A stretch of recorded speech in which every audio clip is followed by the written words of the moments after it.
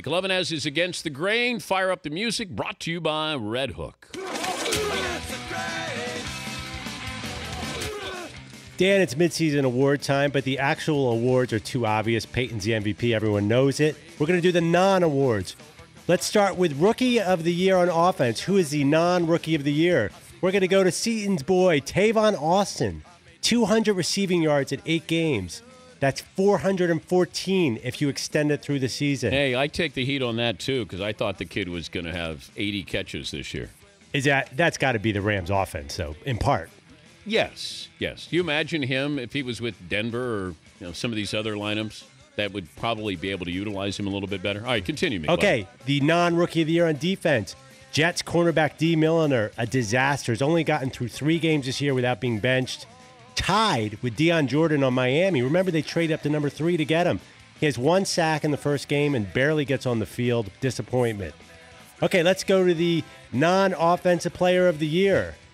This one's tough. I got to go with Eli. 15 picks. He could turn it around, but he's really probably been the most disappointing star quarterback of the year. Do you agree?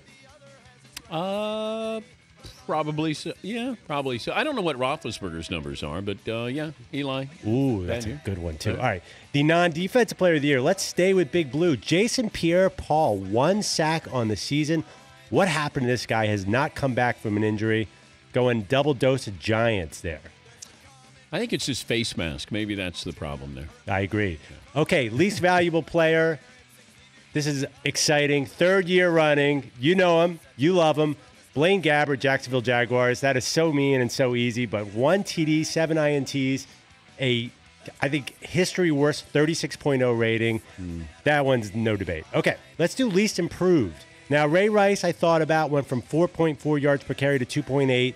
I blame the line. I'm going to go with a guy who almost ruined this last night by having a good night, Mike Wallace. Top 3 in the league in drops. Really has not been the big-ticket free agent they expected. A disappointment, least improved, Mike Wallace. Okay, non-coach of the year, easy, Greg Schiano. Worst executive of the year, Bill Belichick. Ooh, I'm going against the grain there. How do you let Welker and Woodhead go?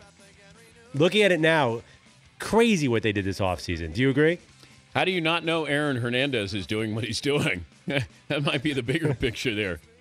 Okay, my guy who didn't come back player of the year, the non-comeback player of the year, Darrelle Revis.